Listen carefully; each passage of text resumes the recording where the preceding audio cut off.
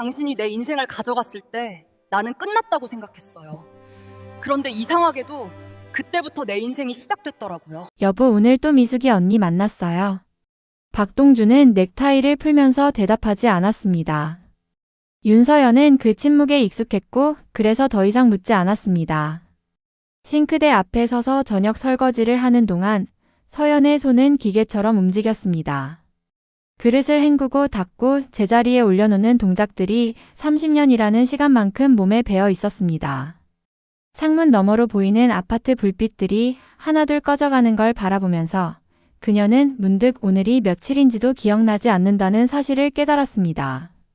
결혼기념일이 지나갔는지조차 확신이 서지 않았습니다. 달력을 보러 가야겠다고 생각했지만 몸은 움직이지 않았습니다.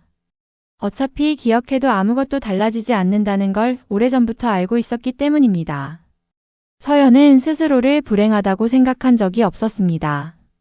그것이 어쩌면 가장 큰 문제였을지도 모릅니다. 불행을 불행이라고 인식하지 못할 만큼 그녀는 자신의 삶을 그냥 원래 이런 것이라고 받아들이며 살아왔습니다. 남편이 퇴근 후 말이 없어도 주말마다 골프를 나가도 부부여행 한번 가자는 말이 늘 흐지부지 되어도 서연은 그것들을 이상하게 여기지 않았습니다. 결혼 생활이란 원래 설레는 감정보다 무뎌진 일상으로 채워지는 것이라고 믿었습니다. 그녀의 통장에는 돈이 없었습니다. 정확히 말하자면 자신의 이름으로 된 통장에 자신이 마음대로 쓸 수 있는 돈이 없었습니다. 28년 전 다니던 회사를 그만두면서 받은 퇴직금은 남편의 첫 번째 사업 자금으로 들어갔습니다. 그 사업이 기울었을 때 친정어머니가 남기고 간 유산도 남편의 손으로 넘어갔습니다. 서연은 그때도 별다른 말을 하지 않았습니다. 남편이 이번엔 꼭 된다고 말할 때 그 눈빛이 진심처럼 보였고 부부라는 건 그런 거라고 생각했습니다. 내 돈과 내 돈을 나누지 않는 것, 그것이 진짜 결혼이라고 믿었습니다. 그런 믿음이 균열을 내기 시작한 건 아주 사소한 것에서였습니다. 남편의 외투를 드라이클리닝 맡기러 옷장에서 꺼내다가 서연은 안쪽 주머니에 손이 닿았습니다. 영수증 한 장이었습니다. 반으로 접힌 채 구겨진 그 종이를 펼치는데 채 2초도 걸리지 않았습니다. 하지만 내용을 확인하는 순간 서연의 눈이 멈췄습니다. 백화점 귀금속 매장 영수증이었습니다. 목걸이 한 점. 금액은 340만 원. 날짜는 열흘 전이었습니다. 서연은 자신의 목을 무의식적으로 짚었습니다. 아무것도 없었습니다. 생일도 아니었고 기념일도 아니었습니다. 남편이 최근 그녀에게 선물을 건넨 적은 기억을 거슬러 올라가도 쉽게 떠오르지 않았습니다. 그렇다면 이 목걸이는 누구에게 간 것일까? 서연은 그 질문을 머릿속에서 빠르게 지웠습니다. 생각하지 말자고 아직 아무것도 모르는 거라고 스스로를 다독였습니다. 하지만 그날 밤부터 잠이 오지 않았습니다. 뒤척이는 서연의 옆에서 남편은 아무 일 없다는 듯 깊이 잠들어 있었습니다. 그 규칙적인 숨소리가 그날따라 유독 낯설게 들렸습니다. 서연은 천장을 바라보면서 자신이 이 남자에 대해 얼마나 알고 있는지를 가만히 헤아려 봤습니다.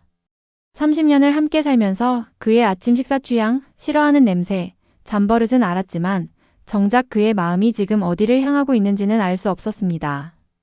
그 사실이 새삼스럽게 그리고 무겁게 가슴을 눌렀습니다. 다음 날 아침 서연은 평소와 똑같이 밥상을 차렸습니다. 남편은 밥을 먹으면서 핸드폰을 보았고 서연은 그 맞은편에 앉아 국을 떴습니다. 아무 말도 오가지 않는 식탁이었지만 서연의 눈은 남편의 손을 향해 있었습니다. 그의 손가락이 화면을 가볍게 두드릴 때마다 입꼬리가 미세하게 올라갔다가 내려갔습니다. 그 표정을 서연은 처음 보는 것 같았습니다. 아니, 본 적이 없는 표정이 아니었습니다. 오래전 처음 만났을 때 그가 자신을 바라보던 눈빛과 닮아 있었습니다. 그 사실을 깨닫는 순간 밥알이 목에 걸렸습니다. 서연은 조용히 물을 마셨습니다.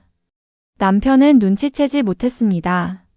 그는 핸드폰을 뒤집어 테이블 위에 엎어놓고 밥을 다 먹은 후 간단히 다녀올게라는 말만 남기고 집을 나섰습니다. 문이 닫히는 소리가 났습니다. 서연은 한동안 그 자리에 그대로 앉아 있었습니다. 테이블 위에 남겨진 남편의 빈 밥그릇과 뒤집어진 핸드폰 자리가 남긴 옅은 흔적만이 그곳에 있었습니다. 서연은 설거지를 하러 일어서려다가 멈췄습니다. 그리고 아주 오랜만에 자신의 삶을 한번 돌아봤습니다. 이것이 정말 괜찮은 삶인가? 그 질문은 오래전부터 마음 어딘가에 있었지만 한 번도 꺼내본 적 없는 것이었습니다. 서연은 그 질문을 들여다보는 것이 두려웠습니다. 답을 알고 싶지 않았기 때문입니다. 하지만 영수증을 발견한 그날 이후로 그 질문은 더 이상 조용히 있어주지 않았습니다. 창문으로 아침 햇살이 들어오고 있었습니다. 서연은 그 빛 속의 먼지들이 천천히 흩날리는 것을 바라보았습니다. 아름다운 장면이었습니다. 하지만 그녀의 눈에는 아무것도 들어오지 않았습니다. 마음속 어딘가에서 균열이 시작되고 있었습니다. 균열은 일주일 만에 깊은 상처가 되었습니다. 서연은 스스로에게 의심하지 말자고, 섣불리 판단하지 말자고 수십 번 다짐했습니다. 하지만 한번 흔들리기 시작한 마음은 좀처럼 제자리로 돌아오지 않았습니다. 남편의 귀가가 늦어지는 날이 잦아졌고, 통화를 하다 서연이 방에 들어서면 목소리를 낮추거나 자리를 옮겼습니다. 밥상 앞에서 핸드폰을 엎어두는 것도 습관처럼 굳어졌습니다. 서연은 그 모든 것을 보면서도 모른 척했습니다. 아직 아무것도 확인한 것이 없다고, 의심만으로 30년의 결혼을 흔들 수는 없다고 스스로를 붙잡았습니다. 그날은 남편이 출장을 간다며 작은 여행 가방을 챙겨 나간 날이었습니다.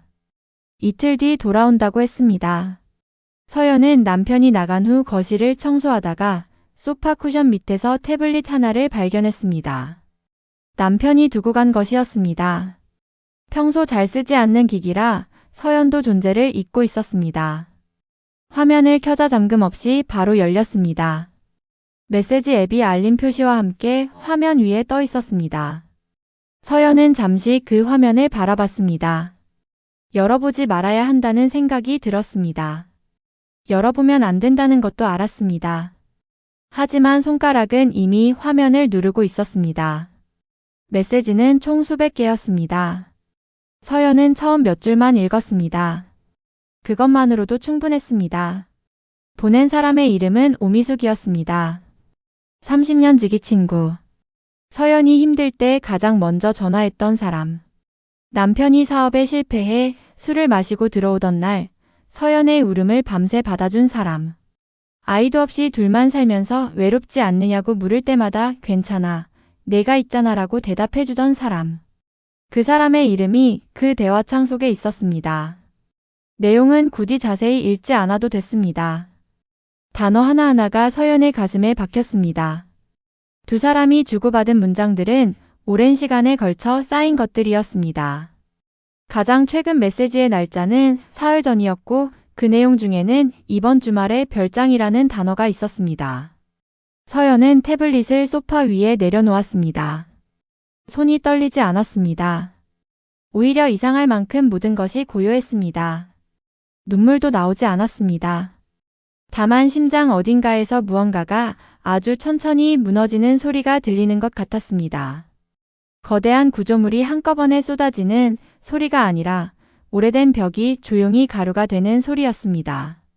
그 주 금요일 밤, 서연은 경기도 외곽으로 향하는 도로 위에 있었습니다. 평소 지나쳐 본 적 없는 길이었지만 내비게이션이 알려주는 대로 차를 몰았습니다. 메시지에서 읽은 지명을 직접 검색해서 찾아낸 주소였습니다. 자신이 왜 이 길을 가고 있는지 정확히 설명할 수 없었습니다. 확인하고 싶은 건지, 직접 마주치고 싶은 건지, 아니면 그냥 달리고 싶은 건지도 알 수 없었습니다. 다만 멈춰 있을 수가 없었습니다. 별장은 낮은 언덕 위에 자리하고 있었습니다. 외부에서도 불빛이 새어 나오는 게 보였습니다. 서연은 입구 근처 도로변에 차를 세우고 창문을 조금 내렸습니다. 바람이 차갑게 들어왔습니다. 남편의 차가 마당에 주차되어 있었습니다. 서연은 그 차 번호판을 눈으로 확인했습니다. 틀림없었습니다. 얼마나 시간이 지났을까? 테라스 문이 열리면서 두 사람이 나왔습니다. 나란히 서서 야경을 바라보는 자세였습니다. 거리가 있었지만 서연은 두 사람이 누구인지 단번에 알아볼 수 있었습니다. 30년을 함께 산 남편과 30년을 친구로 알아온 오미숙이었습니다. 남편이 오미숙의 어깨에 손을 올렸습니다. 그 장면을 마지막으로 서연은 시동을 걸었습니다. 눈물은 여전히 나오지 않았습니다. 집으로 돌아오는 길은 기억나지 않았습니다. 어떻게 운전했는지도 몰랐습니다. 현관에 들어서서 불도 켜지 않고 소파에 앉았습니다. 어두운 거실에서 서연은 한참 동안 아무것도 하지 않았습니다. 남편은 이틀 후 아무 일 없다는 듯이 돌아왔습니다. 서연은 밥상을 차렸습니다. 아직 아무 말도 하지 않았습니다.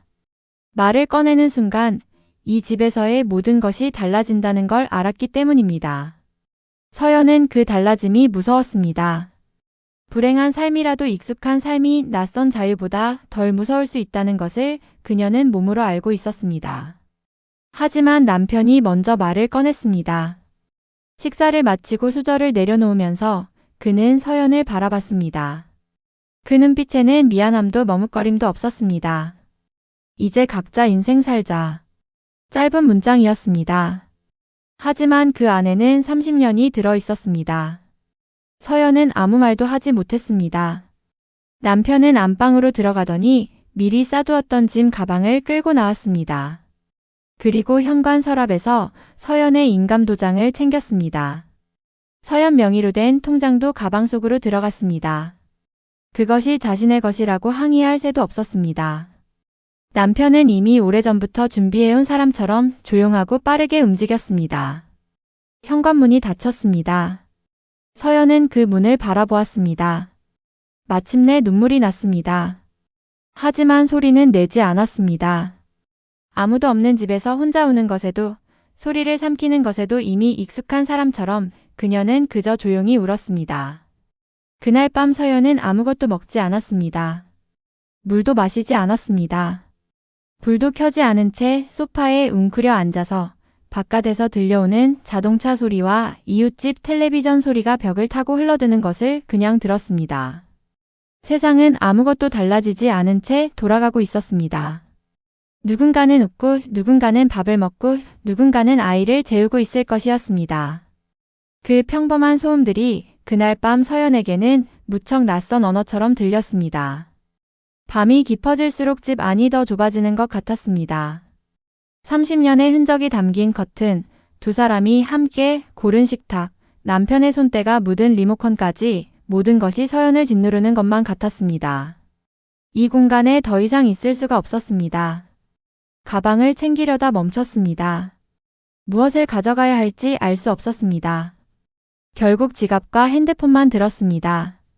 현관을 나서면서 서연은 지하주차장 방향으로 발길이 향했습니다. 남편의 고급 승용차가 거기 있었습니다. 통장과 인감은 가져갔지만 차는 두고 갔습니다. 서연은 조수석 바닥에 놓인 여분의 키를 손에 쥐었습니다. 그리고 차에 올라탔습니다. 어디로 가야 할지 몰랐습니다. 다만 지금 있는 곳에서 벗어나야 한다는 것만 알았습니다. 서연은 근처 24시간 휴게소에 차를 세우고 한참을 그 자리에 앉아 있었습니다. 창밖으로 오가는 차들의 불빛이 지나갔습니다. 아무도 서연을 보지 않았고 서연도 아무것도 보지 않았습니다. 날이 밝기 시작할 무렵 서연은 다시 시동을 걸었습니다. 이번에는 천천히 국도를 따라 남쪽으로 내려갔습니다. 고속도로가 아니라 일반 도로를 택한 것은 빠르게 가고 싶지 않아서였습니다. 어딘가에 도착하는 것이 목적이 아니었습니다. 그냥 움직이고 싶었습니다. 멈춰 있으면 생각이 밀려올 것 같았습니다. 몇 시간을 달렸는지 몰랐습니다. 표지판에 낯선 지명들이 스쳐 지나갔습니다. 양옆으로 농가 밭이 이어지고 가로등이 드문드문해지면서 길이 좁아졌습니다. 서연은 피로를 느꼈지만 마땅히 멈출 곳을 찾지 못한 채 천천히 달리고 있었습니다. 그때 좁은 도로 옆으로 작은 진입로가 보였습니다. 잠시 차를 세우려고 속도를 줄이다가 피로로 인해 순간 핸들 조작이 어긋났습니다. 차가 진입로 쪽으로 미끄러지면서 옆에 세워진 낡은 목재 울타리를 건드렸습니다. 큰 충격은 아니었지만 차가 멈추면서 앞 범퍼 한쪽이 긁혔습니다. 서연은 잠시 눈을 감고 있다가 천천히 차 문을 열고 내렸습니다. 새벽 공기가 서늘하게 얼굴을 감쌌습니다. 눈앞에는 작은 과수원이 있었습니다. 나무들은 이른 봄의 기운을 머금고 있었고 손질이 잘 된 가지들이 어둠 속에서도 가지런했습니다. 불이 켜졌습니다. 창고 옆 작은 집에서 불빛이 새어 나오더니 잠시 후 문이 열렸습니다. 남자가 걸어 나왔습니다. 잠을 자다 깨어난 듯 머리카락이 헝클어져 있었고 손에는 손전등을 들고 있었습니다. 그 빛이 서연의 얼굴과 긁힌 울타리 그리고 차 앞부분을 차례로 비췄습니다. 그는 한동안 아무 말도 하지 않았습니다. 서연도 할 말이 없었습니다. 두 사람은 그렇게 새벽 어둠 속에서 처음 마주했습니다. 과수원 나무들이 바람에 가지를 흔들었습니다. 어디선가 밤새 우는 새 소리가 들렸습니다. 서연은 그제야 자신이 지금 어디쯤 와 있는지 전혀 모른다는 사실을 깨달았습니다. 정혜수는 손전등으로 부서진 울타리를 한참 비췄습니다. 나무 기둥이 2개 부러져 있었고 옆에 세워둔 창고 벽면 하단도 찌그러져 있었습니다. 그는 무릎을 꿇고 앉아 부러진 단면을 손으로 짚어봤습니다. 깔끔하게 꺾인 게 아니라 안에서부터 비틀린 것처럼 뒤틀려 있었습니다. 교체하려면 꽤 번거로울 터였습니다. 그는 일어서며 서연을 바라봤습니다. 서연은 차 옆에 서서 그를 바라보고 있었습니다. 얼굴이 창백했고 눈밑이 부어 있었습니다. 많이 운 사람의 얼굴이 아니라 울 힘도 없어서 그냥 무너져 있는 사람의 얼굴이었습니다. 혜수는 잠시 서연을 바라보다가 차를 돌아봤습니다. 보닛이 눌려 있었고 앞 범퍼 한쪽이 떨어져 나가 있었습니다. 당분간 운행은 어려울 것 같았습니다. 이 나무들 값이 꽤 나가요. 혜수의 말은 차갑지도 친절하지도 않았습니다. 그냥 사실을 말하는 사람의 목소리였습니다. 서연은 아무 대꾸도 하지 못했습니다. 지갑 안에 현금이 얼마 없다는 것을 알았고 자신 명의의 카드에 잔액이 얼마인지도 확신이 없었습니다. 남편이 가져간 것은 인감과 통장만이 아니었습니다. 그 안에 묶여있던 자신의 미래까지 함께 가져간 것이었습니다. 혜수는 서연의 표정을 읽은 건지 아니면 단순히 상황을 파악한 건지 잠시 침묵하더니 말했습니다. 돈 없으면 일로 갚죠. 처음에는 농담처럼 들렸습니다. 실제로 혜수의 어조도 무겁지 않았습니다. 하지만 그 말에 뒤따르는 침묵 속에서 그것이 농담이 아님을 서연은 직감했습니다. 그날 새벽은 그렇게 길었습니다. 혜수는 서연을 집 안으로 데려갔습니다. 작은 농가주택이었습니다. 현관을 들어서면 바로 부엌이 이어지는 구조였고 군더더기 없이 정돈된 내부였습니다. 화분 몇 개가 창가에 놓여 있었고 벽에는 이지영 농업 관련 자료들이 붙어 있었습니다. 혜수는 가스레인지에 물을 올리고 냉장고에서 반찬통 하나를 꺼냈습니다. 서연은 낯선 부엌 의자에 앉아 이 남자가 누구인지 제대로 보기 시작했습니다. 넓은 어깨에 거칠어진 손이 눈에 들어왔습니다. 농사를 오래 지은 사람의 손이었습니다. 말은 많지 않았고 움직임은 군더더기가 없었습니다. 새벽에 갑자기 차가 들어와 울타리를 부쉈는데도 당황한 기색 없이 상황을 수습하는 모습이 오히려 서연을 당황하게 했습니다. 따뜻한 국물이 담긴 그릇이 서연 앞에 놓였습니다. 드세요. 그 두 마디가 그날 밤 혜수가 한 전부였습니다. 서연은 숟가락을 들었습니다. 국물이 목을 타고 내려가는 순간 뭔가가 녹는 것 같았습니다. 눈물이 나올 뻔했지만 서연은 참았습니다. 모르는 사람 앞에서 울고 싶지 않았습니다. 다음 날 아침 혜수는 서연에게 조건을 다시 설명했습니다. 울타리 재료비와 공임, 창고벽 수리비를 합산하면 적지 않은 금액이 나올 것이었습니다. 당장 현금이 없다면 농장 일을 도와 갚는 방법이 있었습니다. 복숭아 수확철이 머지않았고 사람 손이 필요한 작업들이 쌓여 있었습니다. 딱히 억지로 잡아두는 게 아니라 어디 갈 곳도 없어 보이는 사람에게 선택지를 주는 것이었습니다. 서연은 창밖을 바라봤습니다. 아침 햇살이 과수원 나무들 위로 깔리고 있었습니다. 어젯밤 어둠 속에서 보던 것과는 다른 모습이었습니다. 가지마다 꽃봉오리들이 맺혀 있었습니다. 아직 피지 않은 그러나 곧 필 준비가 된 꽃들이었습니다. 서연은 해수를 바라보았습니다. 언제부터 시작하면 되나요? 그 말이 입 밖으로 나왔을 때 서연 자신도 놀랐습니다. 어젯밤까지만 해도 아무것도 결정할 수 없던 사람이 낯선 과수원에서 낯선 남자에게 그렇게 말하고 있었습니다. 하지만 이상하게도 그 말을 하고 나서야 새벽부터 짓누르고 있던 무언가가 아주 조금 가벼워지는 것 같았습니다. 해수는 짧게 고개를 끄덕였습니다. 그게 전부였습니다. 서연은 그 단순한 고개 끄덕임이 어떤 긴 말보다 더 편하게 느껴진다는 것을 알아챘습니다. 농장 일은 서연이 생각하던 것보다 훨씬 고됐습니다. 몸으로 살아온 시간이 없는 사람에게 흙을 만지고 가지를 다듬고 무거운 것을 나르는 일은 처음 며칠을 고스란히 온몸에 새겼습니다. 손바닥에 물집이 잡혔고 허리는 저녁이면 곧게 펴지지 않았습니다. 종아리 근육이 당겨서 밤마다 다리를 주무르면서 잠을 청했습니다. 하지만 이상하게도 그 피로는 나쁘지 않았습니다. 서울에서 아무것도 하지 않으면서 온몸이 무겁던 것과는 다른 종류의 무게였습니다. 해수는 서연에게 세세하게 가르쳐주지 않았습니다. 하지만 무시하거나 냉대하지도 않았습니다. 필요한 것을 먼저 준비해두고 이건 이렇게 하면 됩니다. 저건 저쪽에서 가져오면 됩니다. 그런 짧은 말들을 건넬 뿐이었습니다. 서연은 그 거리감이 오히려 편했습니다. 불쌍하게 바라보는 눈도 사정을 궁금해하는 질문도 없었습니다. 그냥 일하는 사람으로 대해줬습니다. 해수의 어머니 강말수는 농가주택 안채에 살고 있었습니다. 처음 이틀은 서로 마주치면 가볍게 고개를 끄덕이는 정도였습니다. 말순 할머니는 서연을 관찰하는 것 같으면서도 먼저 말을 걸지 않았습니다. 서연도 굳이 다가가지 않았습니다. 설명해야 할 것들이 너무 많았고 그것을 어디서부터 어떻게 말해야 할지 몰랐습니다. 변화는 닷새째 되던 날 점심 무렵에 찾아왔습니다. 서연이 혼자 마루 한쪽에 앉아 편의점에서 사온 삼각김밥을 먹고 있을 때였습니다. 말순 할머니가 부엌에서 나오더니 말없이 서연 앞에 상을 하나 들고 왔습니다. 된장찌개와 계란말이, 깍두기가 놓인 소박한 밥상이었습니다.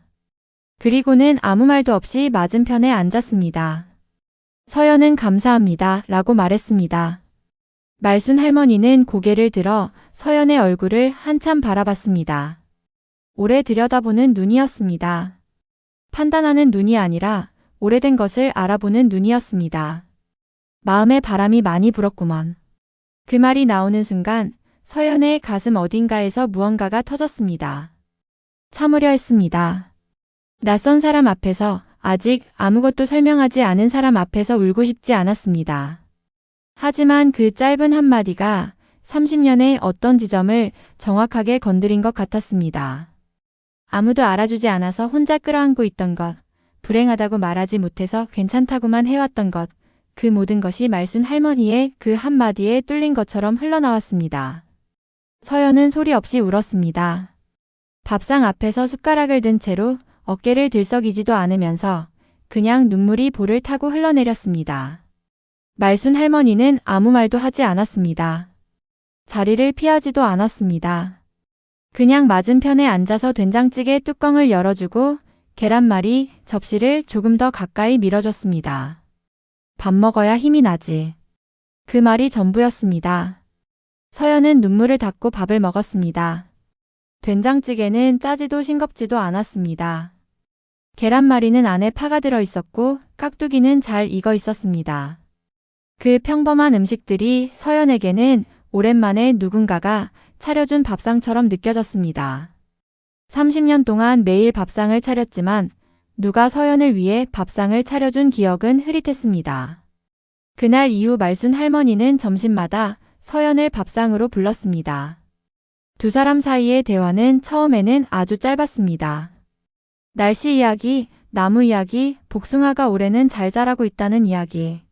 하지만 날이 지날수록 말순 할머니는 조금씩 더 가까이에서 서연을 바라봤고 서연도 조금씩 말문이 열리기 시작했습니다. 어디서 왔는지, 왜 혼자인지 그런 것들은 묻지 않아도 됐습니다. 사람의 이야기는 말하고 싶을 때 스스로 나오는 법이라는 것을 말순 할머니는 알고 있는 것 같았습니다. 어느 오후 서연은 과수원 사이를 걷다가 혼자 멈춰 섰습니다. 나무들이 바람에 흔들리는 소리가 들렸습니다. 하늘은 구름이 없이 맑았고 햇살이 나뭇잎 사이로 부서졌습니다. 서울에서는 하늘을 올려다본 기억이 언제인지도 몰랐습니다. 아파트 창문에서 보이는 하늘은 늘 네모로 잘려 있었고 그 네모 안에 무엇이 있었는지 서연은 제대로 본 적이 없었습니다. 이곳의 하늘은 가장자리가 없었습니다.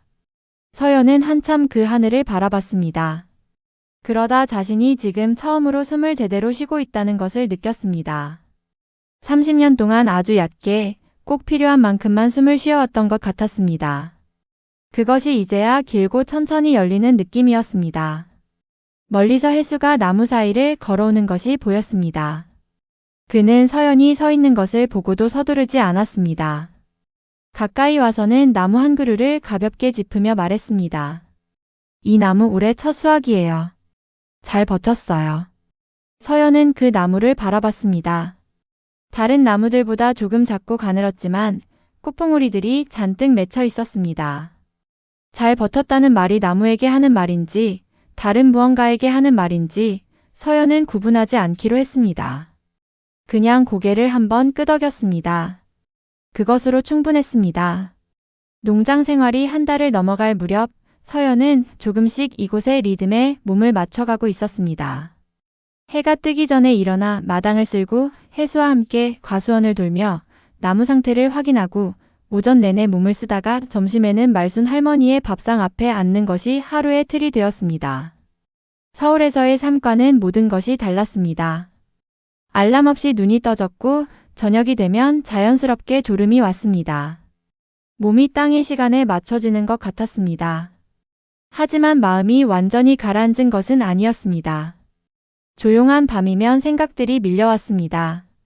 남편이 가져간 인감과 통장이 지금쯤 어떻게 쓰이고 있을지, 자신의 이름으로 된 재산이 얼마나 남아있을지, 법적으로 어디서부터 어떻게 시작해야 하는지. 생각의 끝은 항상 같은 자리였습니다. 자신이 너무 오랫동안 아무것도 모른 채 살아왔다는 자책이었습니다. 퇴직금도 유산도 서명도 그 모든 것을 너무 쉽게 내어줬습니다. 믿었기 때문이었지만 그 믿음이 어리석음이었다는 걸 이제는 알았습니다. 장을 보러 나간 것은 해수의 부탁 때문이었습니다. 농장에서 쓸 자재 몇 가지와 생활용품을 사오는 심부름이었습니다. 차를 빌려 읍내시장까지 나간 서연은 처음으로 혼자 낯선 거리를 걸었습니다.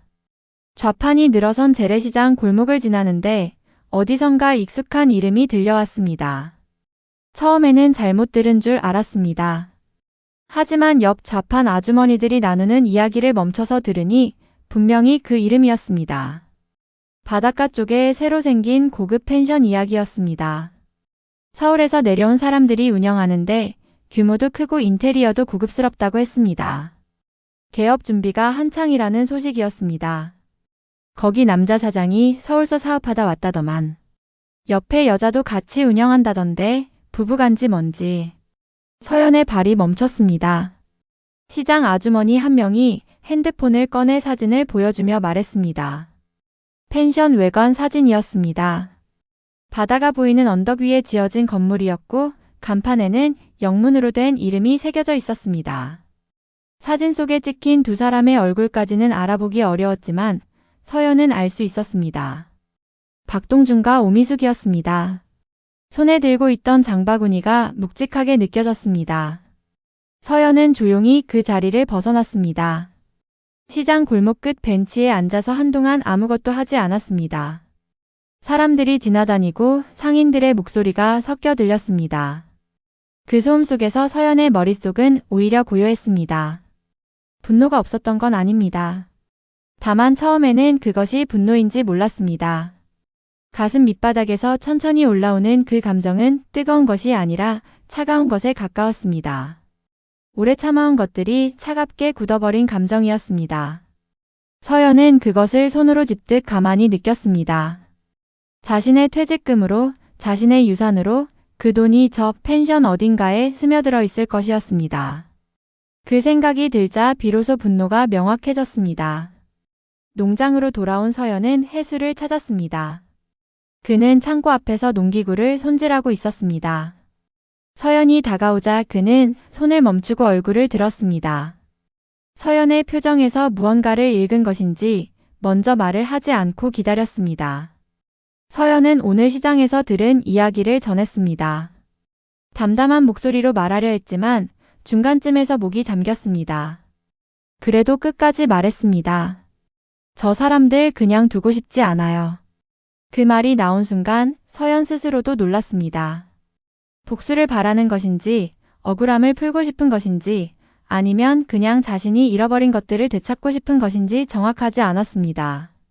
다만 그냥 두고 싶지 않다는 것만은 분명했습니다. 혜수는 아무 말도 하지 않은 채 서연을 바라봤습니다. 그리고 천천히 농기구를 내려놓았습니다. 그날 저녁 혜수는 서연을 마루로 불렀습니다. 말순 할머니는 안방에 일찍 들어간 뒤였고 마당에는 별이 많았습니다. 혜수는 마루 끝에 걸터앉아 마당을 바라보다가 천천히 입을 열었습니다. 말은 쉽게 나오지 않는 것 같았습니다. 망설임이 느껴졌습니다. 서연은 재촉하지 않았습니다. 혜수가 처음 꺼낸 것은 아버지 이야기였습니다. 그의 아버지 정상덕은 이 지역 일대에서 리조트와 숙박 사업을 운영하는 사람이었습니다. 규모가 작지 않았습니다. 해안가 호텔 2곳과 내륙 리조트 1곳이 정상덕의 이름 아래 있었고 지역에서는 꽤 알려진 사업가였습니다. 혜수는 그 사업가의 둘째 아들이었습니다. 서연은 조용히 그 말을 들었습니다. 농가주택과 낡은 트럭, 흙 묻은 장갑과 소박한 밥상. 그 모든 것들이 순간 다르게 보이는 것 같았습니다. 하지만 서연은 아무 말도 하지 않았습니다. 혜수가 계속 말할 수 있도록 그냥 듣기만 했습니다. 혜수는 20대 후반에 가족 사업에서 나왔다고 했습니다. 이유를 길게 설명하지 않았습니다.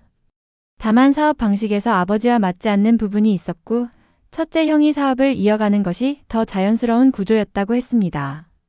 떠나는 것이 누군가를 원망해서가 아니라 자신이 살고 싶은 방식으로 살기 위해서였다고 했습니다.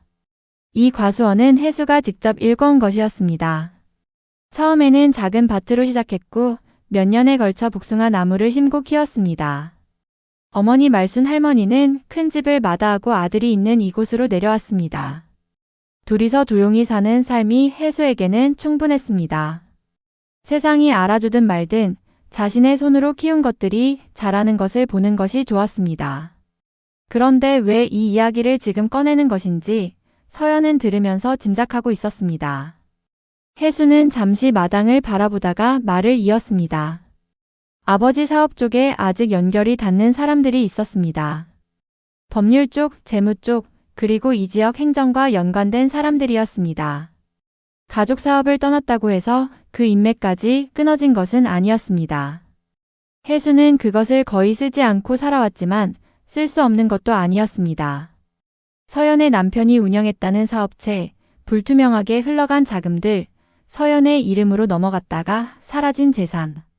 그것들을 제대로 추적하려면 혼자서는 어렵지만 제대로 된 사람들을 연결하면 실마리를 찾을 수 있을 것이었습니다. 제가 도와드리겠습니다. 혜수의 목소리는 낮고 조용했습니다. 과장도 위로도 아니었습니다. 그냥 할 수 있다는 말이었습니다. 서연은 그 말이 얼마나 무거운 것인지를 느꼈습니다. 관계도 없는 사람의 일에 자신이 애써 쌓지 않으려 했던 인맥을 꺼내겠다는 것이었습니다. 왜요? 서연은 자신도 모르게 그 말이 나왔습니다. 혜수는 잠시 생각하는 것 같았습니다. 억울한 건 풀려야 하니까요. 그것이 전부였습니다. 긴 설명도 감정적인 말도 없었습니다. 서연은 그 단순한 대답 앞에서 할 말을 잃었습니다. 그날 밤부터 두 사람은 조용히 움직이기 시작했습니다. 혜수는 오래전 명함첩을 꺼냈습니다. 몇 군데 전화를 했고 며칠에 걸쳐 서연의 이야기를 바탕으로 자료를 모으기 시작했습니다. 서연도 기억을 되살렸습니다. 남편의 사업체 이름, 서명했던 서류들, 날짜와 금액들. 흩어진 기억들을 하나씩 꺼내 종이에 적었습니다. 처음에는 단편적이었던 것들이 연결되면서 윤곽이 잡혀갔습니다. 그리고 그 과정에서 드러난 것들은 서연이 예상했던 것보다 더 깊었습니다. 남편의 회사에는 외부로 드러나지 않은 자금 흐름이 있었습니다.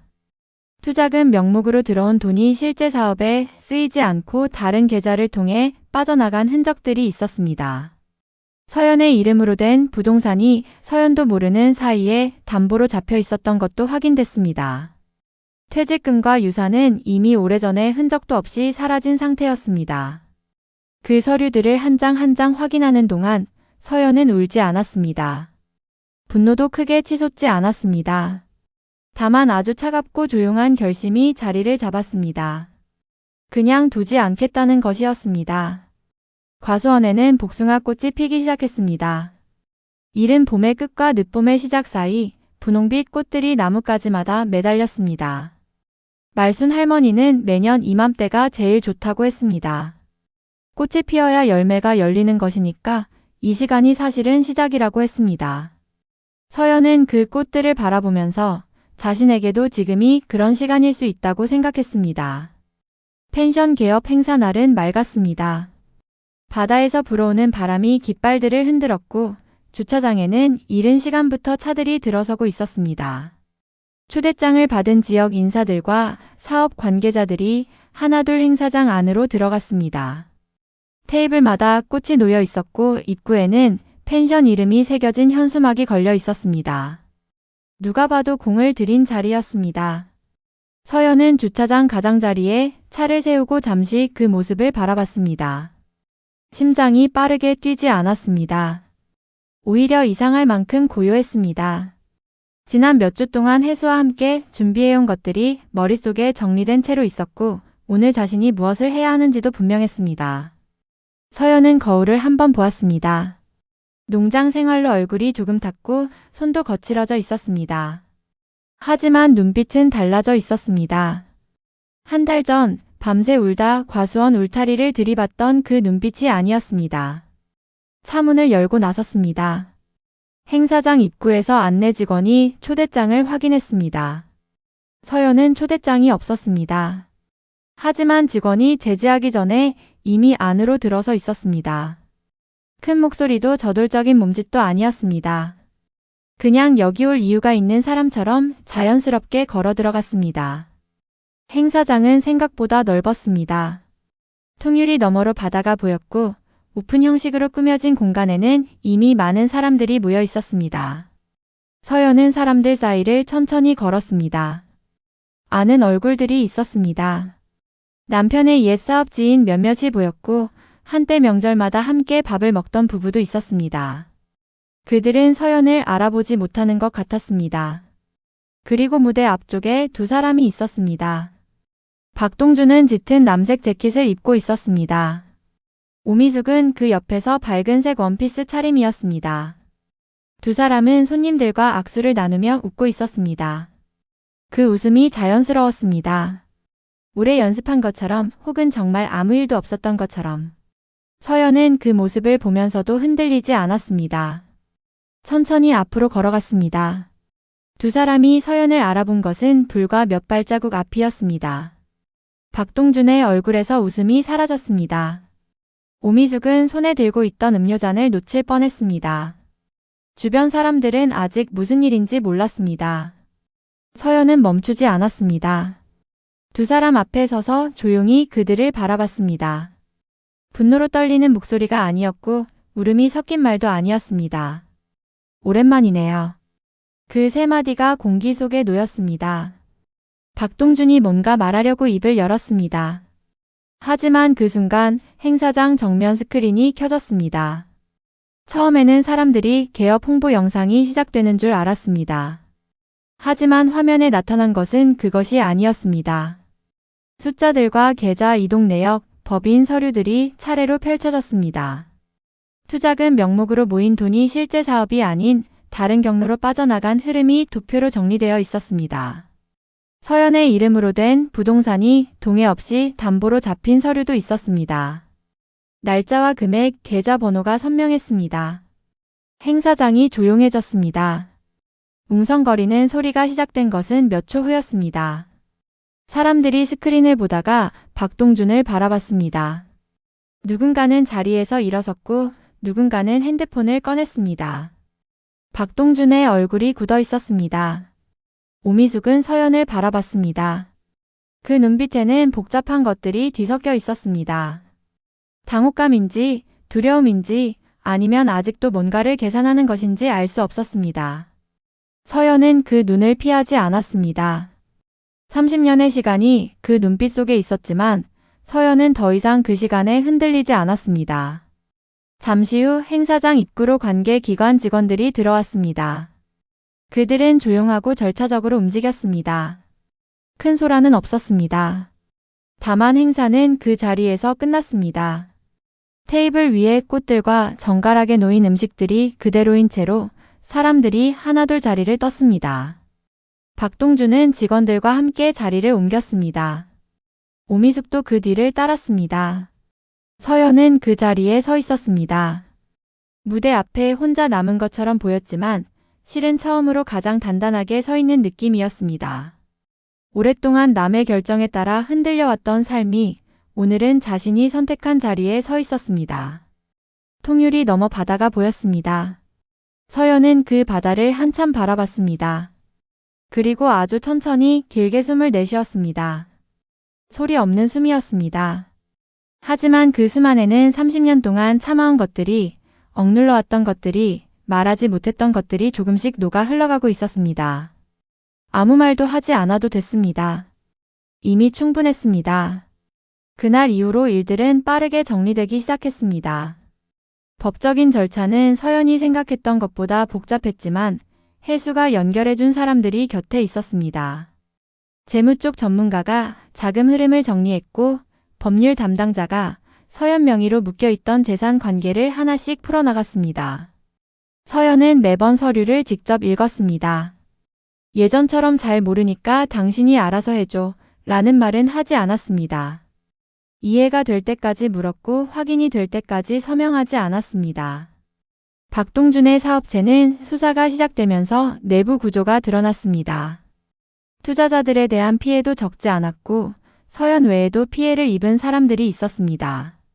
펜션은 개업한 지 얼마 되지 않아 압류되었습니다. 바닷가 언덕 위에 지어진 그 건물은 결국 누구의 것도 되지 못한 채 절차 속으로 들어갔습니다. 오미숙에게서 연락이 한 번 왔습니다. 문자였습니다. 미안하다는 말이었습니다. 서연은 그 문자를 오래 바라봤습니다. 미안하다는 말이 진심인지 아닌지는 알 수 없었습니다. 다만 그 말이 서연에게 아무런 위로도 되지 않는다는 것은 분명했습니다. 답장은 하지 않았습니다.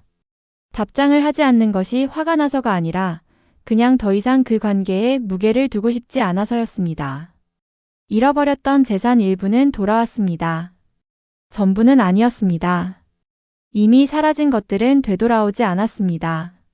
퇴직금도 친정어머니의 유산도 그 원형 그대로는 다시 손에 쥘 수 없었습니다. 하지만 담보로 잡혀있던 부동산이 정리되었고 법적으로 회수 가능한 금액이 서연의 계좌로 들어왔습니다. 처음으로 자신의 이름으로 자신만이 쓸 수 있는 돈이 생겼습니다. 서연은 그 잔액을 확인하는 날 혼자 카페에 앉아 있었습니다. 핸드폰 화면에 뜬 숫자를 보면서 기쁘지 않았습니다. 슬프지도 않았습니다. 다만 오래된 빚이 하나 정리된 것 같은 묵직하고 조용한 감각이 있었습니다. 이 돈이 어디서 온 것인지를 알았기 때문이었습니다. 젊은 시절의 노동과 어머니의 마지막 선물과 30년의 시간에서 온 것이었습니다. 그것을 되찾은 것이 통쾌하기보다는 숙연하게 느껴졌습니다. 창밖으로 사람들이 지나다니고 있었습니다. 저마다의 하루를 살아가는 얼굴들이었습니다. 서연은 그 얼굴들을 바라보면서 자신이 지금 어디쯤 와 있는지를 생각했습니다. 무언가가 끝난 자리였습니다. 하지만 그 끝이 바닥이 아니라 다른 무언가가 시작되는 경계선처럼 느껴졌습니다. 농장으로 돌아가는 길에 서연은 길을 돌아서 과수원 쪽 언덕을 올랐습니다. 그 언덕에서는 해수의 과수원이 내려다 보였습니다. 복숭아 나무들이 열매를 맺기 시작하고 있었습니다. 초록색의 작고 단단한 열매들이 가지마다 매달려 있었습니다. 아직 익지 않았지만 여름이 되면 붉게 물들 것들이었습니다. 서연은 그 풍경을 한참 바라봤습니다. 마음이 이미 다른 곳을 향하고 있다는 것을 그때 처음으로 분명하게 알았습니다. 서울로 돌아가야 한다는 생각이 없었습니다. 아파트도 그곳의 생활도 이제는 자신의 자리가 아닌 것 같았습니다. 몸이 이곳 흙의 온도를 기억하고 있었고 손이 나무를 다루는 것을 기억하고 있었습니다. 무엇보다 이곳에서 처음으로 숨을 제대로 쉬었습니다. 언덕 위에서 바람이 불었습니다. 머리카락이 흩날렸습니다. 서연은 눈을 감지 않고 그 바람을 받았습니다. 차갑지 않고 따뜻한 바람이었습니다. 이런 바람이 있다는 것을 서연은 50이 넘어서야 처음 알았습니다. 몇 달이 지났습니다. 과수원 옆 언덕에 작은 공사가 시작된 것은 여름이 끝나갈 무렵이었습니다. 규모가 크지 않았습니다. 낡은 창고를 허물고 그 자리에 통유리 창이 달린 단층 건물을 올렸습니다. 마당에는 나무 데크를 깔았고 그 주변으로 서연이 직접 고른 풀과 꽃들을 심었습니다. 공사하는 내내 서연은 현장에 있었습니다. 어디에 창을 내고 어느 방향으로 문을 달고 어떤 나무를 얼마나 간격을 두고 심을지를 하나하나 결정했습니다. 누군가에게 맡기지 않았습니다. 말순 할머니는 공사 내내 점심을 가져다 줬습니다. 이 자리에 뭔가 생겨야 한다 싶었어. 오래전부터. 할머니는 나무 데크 위에 앉아 그런 말을 했습니다. 서연은 그 말이 무슨 의미인지 굳이 묻지 않았습니다. 그냥 그런 것들이 있다는 것을 이제는 알았습니다. 말로 설명되지 않아도 맞는 것들이. 가을이 시작될 때 카페가 문을 열었습니다. 이름은 서연이 직접 지었습니다. 바람이 머무는 정원. 간판은 크지 않았습니다. 입구 한쪽 나무 기둥에 작게 새긴 글씨였습니다. 하지만 그 이름을 처음 따랐던 날 서연은 오래 그 글씨를 바라봤습니다. 어디서든 바람은 지나가는 것인데 이 정원에서만큼은 머물러도 된다는 뜻이었습니다. 서연 자신이 그렇게 머물렀던 것처럼. 카페는 소문이 나지 않아도 찾아오는 사람들이 생겼습니다. 멀리서 드라이브를 왔다가 우연히 들어온 사람들, 과수원 구경을 왔다가 발길이 닿은 사람들, 말순 할머니의 지인들. 서연은 커피를 내리고 작은 디저트를 만들었습니다. 손님이 많지 않아도 됐습니다. 가득 채우는 것보다 적당한 것이 더 좋다는 걸 이제는 알았습니다. 혜수는 여전히 과수원을 돌봤습니다. 카페가 생긴 후에도 그는 크게 달라진 것이 없었습니다. 아침에 나무를 살피고 필요한 것을 손보고 저녁이 되면 마루에 앉았습니다. 다만 가끔 카페 마당 쪽 나무들을 더 신경 써서 다듬게 되었습니다. 손님들이 보이는 자리였기 때문이었습니다. 그것을 서연이 말한 적은 없었지만 혜수는 알아서 그렇게 했습니다. 두 사람 사이에는 많은 말이 필요하지 않았습니다. 같은 공간에서 각자의 일을 하면서 필요한 것을 주고받는 사이가 되어 있었습니다. 그것이 어떤 이름인지 정의하지 않아도 됐습니다. 서연은 더 이상 이름을 붙이는 것에 서두르지 않았습니다. 관계도 감정도 앞으로의 일도. 그냥 오늘이 좋으면 충분했습니다. 단풍이 드는 어느 오후였습니다. 서연이 카페 마당에서 화분을 정리하고 있을 때 혜수가 과수원 쪽에서 걸어왔습니다. 손에 무언가를 쥐고 있었습니다.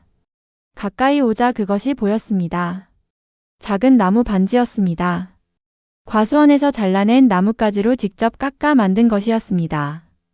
투박하고 매끄럽지 않았지만 그래서 더 정직한 물건이었습니다. 혜수는 서연 앞에 서서 그 반지를 내밀었습니다. 거창한 말이 없었습니다. 무릎을 꿇거나 눈물을 글썽이거나 오랫동안 준비한 말을 꺼내지 않았습니다. 그냥 내밀었습니다.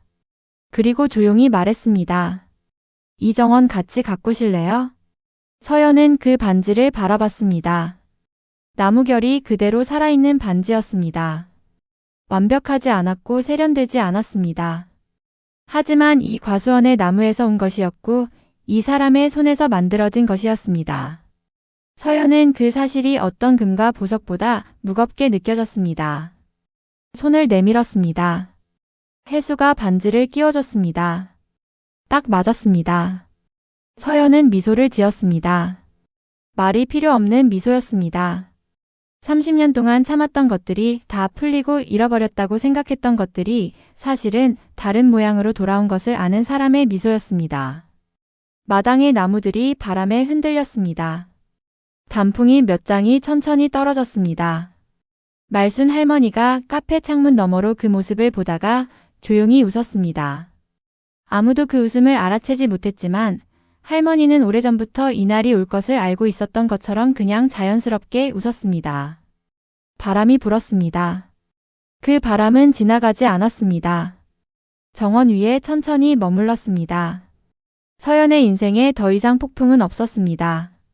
모든 것을 쓸어버리는 거친 바람도 숨을 참아야 하는 무거운 공기도 없었습니다. 그냥 이런 바람이 있었습니다. 나뭇잎을 살랑이게 하고 머리카락을 가볍게 흩뜨리고 볼을 따뜻하게 스쳐가는 바람. 그것으로 충분한 삶이 시작되고 있었습니다.